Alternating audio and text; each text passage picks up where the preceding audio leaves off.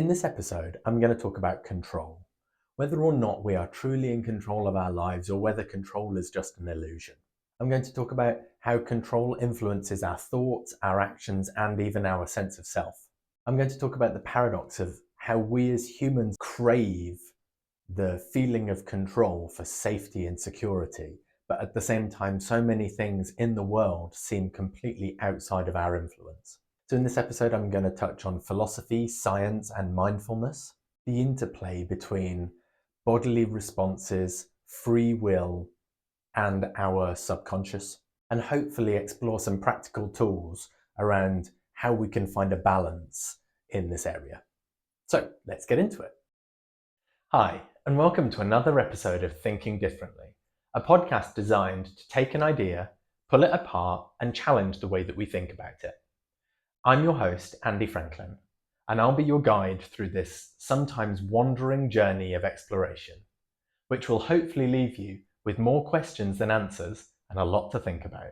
Right, so the normal disclaimer at the beginning of every podcast, I always do, these thoughts are just my own. I am not saying that they are the universal truth or that they are true in any way. They may not be true for you in the same way that they're true for me, and everybody gets their own way of interpreting the world and seeing it in different ways. All I'm trying to do is bring these ideas up into our awareness so we can all explore them individually and find where we want to sit. I hope that in light of new information, I will adapt and change my view on these things. Having a growth mindset is something that's really important to me. So I'm never saying that my ideas at the moment are the sole truth, and I am also not saying that in the future I won't change my mind as well. And finally, I can't give you your answers. Only you can do that through challenging your own beliefs. I only know my truth, you only know yours. I just like asking these questions. All I can hope is that this podcast will be a catalyst for you to question for yourselves, or at least it'll be an interesting insight into the way that my brain works. So first off, I want to dive into why humans desire control, what we feel like we get out of it. And I think from an evolutionary point of view, it probably gives us a sense of safety and security. If we're able to control the environment that we're in and control the responses of external factors, then it would give us a level of safety. We would be able to predict the outcomes of things much more easily. And so it is probably an evolutionary survival mechanism of some kind. And I think that plays out internally as well as externally. I'm not just talking about factors like making sure that a tiger doesn't eat you. I'm also talking about potentially the way that we might interact with the world to try and control a situation to avoid uncomfortable thoughts or any self-limiting beliefs that we might have, any triggers that we might have. We might be trying to control those. And specifically with anxiety, this is something that comes up a lot, where the anxiety response is to try and control the situation, to reduce that anxiety in some way. So then, my first punt at this idea of whether or not control really exists is the idea of the illusion of control. So how much control do we actually get to exert on the external world? And I want to break that down into two separate sections. So there is external and internal. External is trying to control things outside of us. So outcomes in the world. So societal, environmental, interactions with people. And then there's also the idea of internal control. So how much control we actually have over our thoughts and our drivers and our beliefs. How much control do we really have over our emotions and our influences and our impulses? And I think that's a really difficult and messy thing to try and answer, because in the same way that the debate is still raging about whether or not nature or nurture matters more in raising a child or the way that a child turns out, I think this is nuanced and multifaceted. I don't think there is one answer. I think there is probably an element of control that we feel like we can have to influence these things, and there are lots of unconscious things which control us.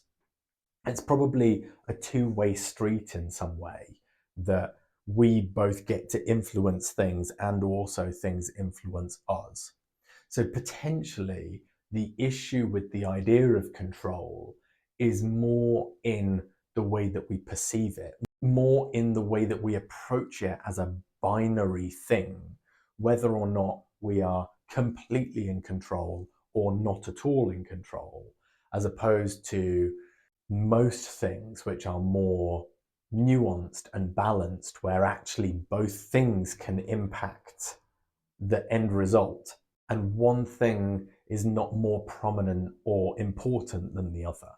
And I think this also plays into the previous podcast that I released on outcomes versus actions.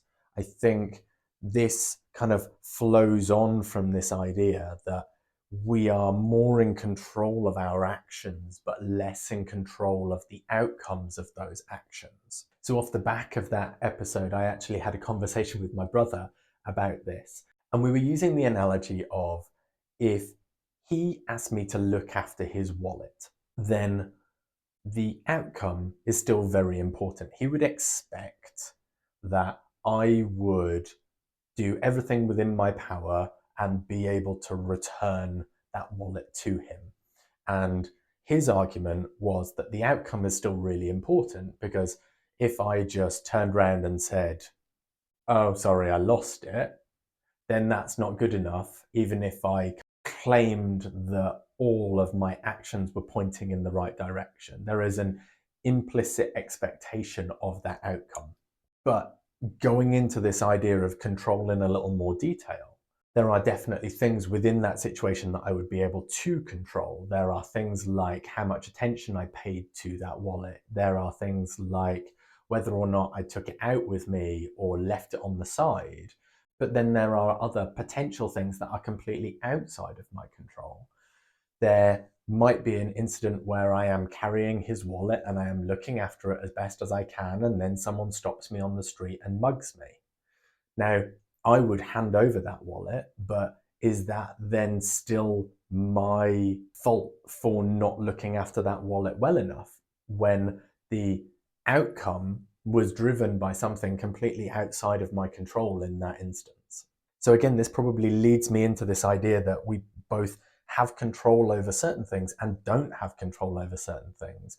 And the issue is more around our fixation on being completely in control, as opposed to only having some things within our influence. And that brings me on to how some of the famous philosophers have thought about this idea. So in Stoicism, there's this idea that we only have control over our thoughts and actions and not on external events. We only have control on the way that we view something that's happened and not on the thing that's happened itself. And I think I would agree with that in part, but that still implies that we have full control over our thoughts. And I'm not sure that that's actually true either. I'm not sure that we are fully aware enough to be completely in control of all of our thoughts and the way that our thoughts feed our emotions on a day-to-day basis. This is just speaking from me, obviously. I'm sure there are people out there that have much better control over the way that their thoughts are processed. But I am aware that there are so many different influencing factors when I think about my thought patterns, which lends itself to this idea that I can't truly be in control of my thought patterns because there are just too many variables. So again, I can try and be an observer of my thoughts in the way that mindfulness and meditation teaches you, but there are still things that would create the thoughts in my head, which I may not have agency over.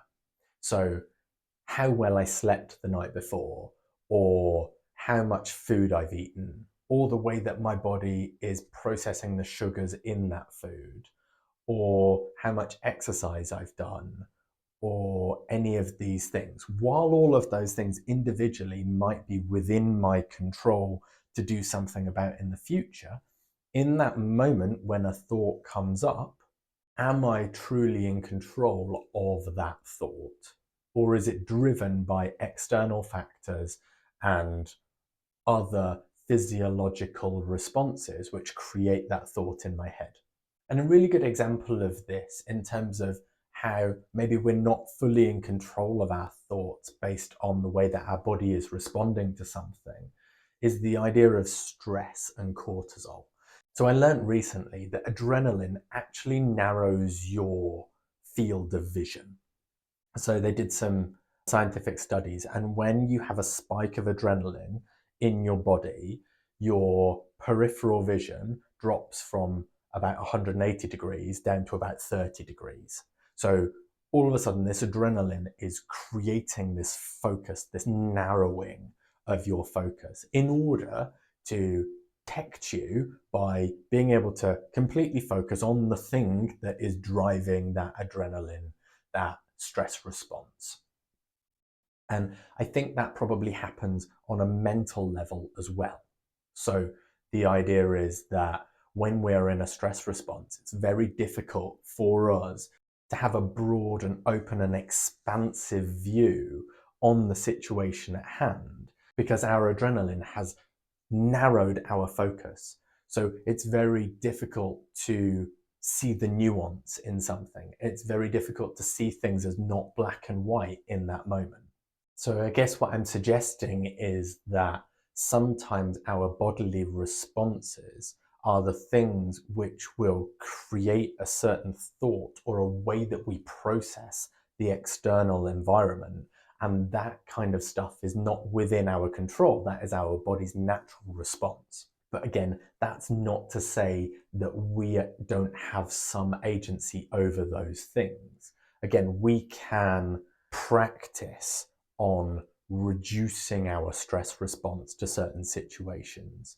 We can practice the idea of the observer mind, the idea that we can see our thoughts as independent of us and decide whether or not we want to continue believing the thoughts that come up, or whether we want to abstract ourselves from those thoughts and challenge the thoughts that we have ourselves. I also think learned behavior, environment, our upbringing, all of those kind of things will also have an influence over our thoughts. This is what this whole podcast is about, right? This idea that we are not always aware of the things that are coming up based on our learned experiences or the way that we interpret the world. And until we look at and challenge those ideas, we can't know for definite whether or not they are our own ideas that we have decided that we want, or whether they are somebody else's who has put them there, whether that somebody else is a person or a society or an idea that was someone else's that we don't necessarily have to agree with. The other thing that I would say about observing thoughts as well is this idea that you can create a gap between your thoughts and your responses. So again, by being able to observe your thoughts before you respond can be a really good way of taking a moment and not reacting instantly in an emotional way to the thing that potentially is triggering you. So having the ability to observe a thought and then decide how you want to interpret that and whether or not that's a valid idea before you then respond to that trigger can be really beneficial in the way that you interact with the world and the way that you interact with other people. I heard recently this lovely idea that thoughts are not truths, and that goes for ourselves as well as other people's thoughts. I think the more we can move ourselves away from the idea that a thought that we have or a thought that somebody else has that they share with us is instantly true, it can give us the ability to have nuance and balanced opinions about things. It can give us the freedom to not interpret our own self-limiting beliefs as a hard and fast truth that is unchangeable. So this idea of metacognition, which is the idea of thinking about your own thoughts, is a really powerful idea. But does that mean control? If we got to a point, which feels unlikely, but if we were aiming at this kind of hypothetical scenario where we were fully in control of the way that we interpreted the world, without being influenced by any external factors, would that be control in the truest sense? And I don't know the answer to that. I think it's an interesting thing to play with. We would definitely have more ability to influence the way that we observe the external world and our internal landscape. I think it's definitely a benefit to aim towards that final point. And I think a lot of meditation and things like that are aiming in that direction. This idea of letting go of the sense of self to connect with something higher is in part the idea of letting go of all of these labels and things that drive us in order to be able to just observe calmly all of the thoughts and ideas that come up in our head, but still be able to see them. But I think I am still leaning towards the thing I said at the beginning around the fact that it's a two-way street.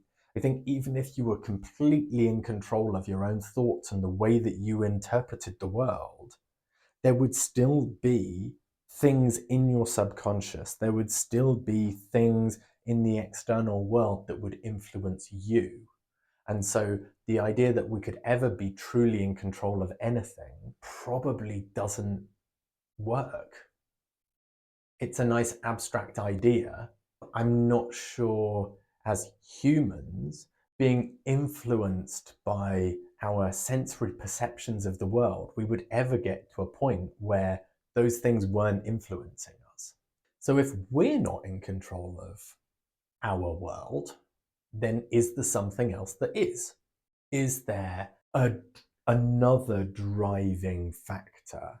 So if our thoughts and our actions don't give us control over the world, then what is controlling the rest? Is it just pure luck, pure random? Or could we perceive an idea of fate somewhere in this? I love the idea when talking about fate that it can both exist and not exist at the same time. So when talking about fate, there's this lovely Carl Jung quote, which is, "Until you make the unconscious conscious, it will direct your life and you will call it fate." And I really like that as an idea, that anything which feels outside of our control, we would call fate, whereas anything that feels inside of our control, we would call free will. But if I pause and challenge that, and this is going to get a bit abstract, but if we pull apart that idea, it suggests that something in our actions is driven by a conscious ability to influence the action that we take. And yet, the action that we take is driven by things that were already outside of our control. So I'm not saying that the action itself was not within our control, but there is an argument to say that the fact that we were able to make that action was outside of our control. Our ability to focus on something, our ability to process the world in a certain way is already predetermined by our genetics and our upbringing and our environment. And so you could argue that every action that we take was already predetermined by all of those things. And if you work all the way backwards and you realize that at every step it was predetermined by the steps before, you could argue that every action I take is not fully a decision that I'm making, it is the influence of all of the previous things. So then that would mean that fate was a thing, right? Because even though I feel like I get to decide whether or not I'm going to eat a carrot or a donut, you could argue that I was already pre-programmed to choose one of those things. And whichever one I actually choose is the one that I was always going to choose, because in this moment, I could never make another choice based on all of the previous stuff which is leading me to that decision. And even if I had an idea to eat the donut and then I used my willpower to choose the carrot instead, the fact that I had that willpower is already influenced by all of the things previously, whether or not I've used up all of my willpower for the day already. Even if you changed your mind at the very last minute and you felt like you were being spontaneous, potentially you were always going to be spontaneous. And then it gets really messy, because then I think to myself, well, what am I in control of if everything is driving the actions and the decisions that I make? And then you could get into this kind of fatalistic view that actually no actions that I take have any influence at all. But that's not what I'm saying here. What I'm saying is that the actions are still really important. The actions are really critical to the way that I drive my life. There is still an element of control in there. It's just potentially that control is not mine. That control is driven by a predetermined idea of the decisions that I was always going to make. So it gets really messy, right? It gets really messy in my head in terms of whether or not we completely have no control over all of our situations, or whether we do. And I think almost the duality that I have to sit with in my head is the fact that I have no control, and yet for me, I still have to act like I do have control in order to feel like I'm making conscious choices and choosing the right actions, even if those actions were somehow predetermined, which was something that was outside of my control. If I see it as being outside of my control, then I'm not going to choose the same actions. So I have to sit with this idea that although it might not be within my control, I still have to kind of believe that it is. I think it's all got a bit messy. And I think maybe that's the whole point.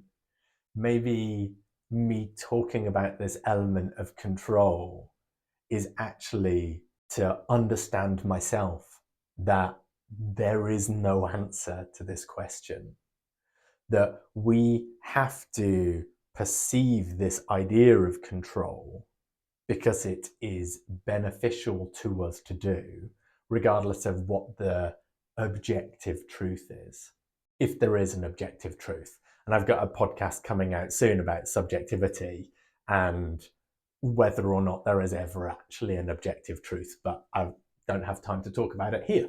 So tune into that one when it comes out.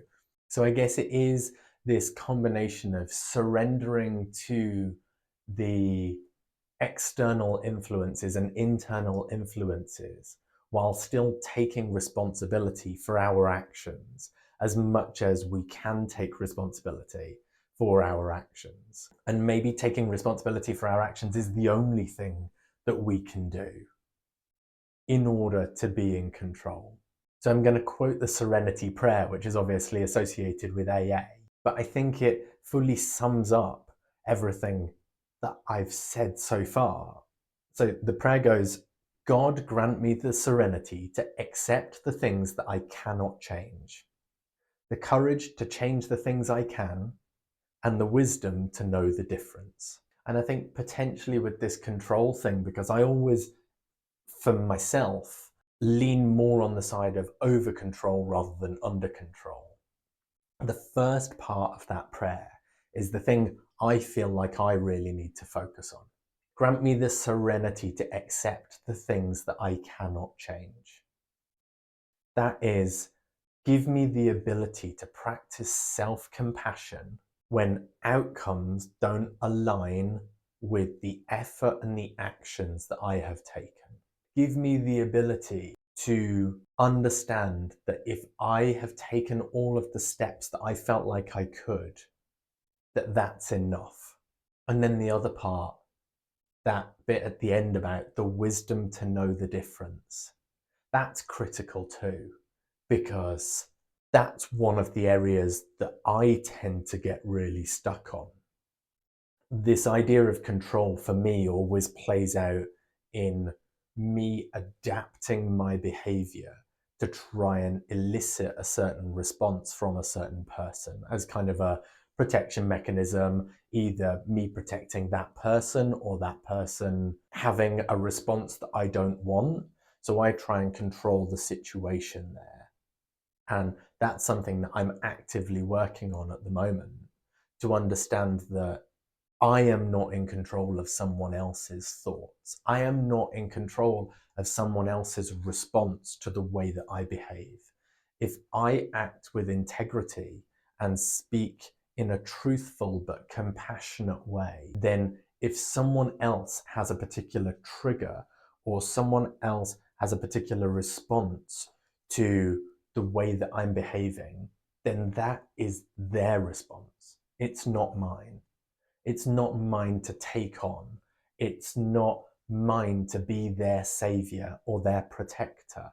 And in fact, letting go of that feeling of control, letting go of the sense that I can somehow control an external situation is again the wisdom to know the difference. It is the ability to understand the things that I have influence over and the things that I don't. So I think in terms of some practical steps that I have been taking that I would say are probably beneficial for the idea of processing and letting go of some of these ideas of control. Meditation is key, and journaling, writing down these thoughts that you have and then exploring them however you find journaling. And there is no right or wrong way of journaling.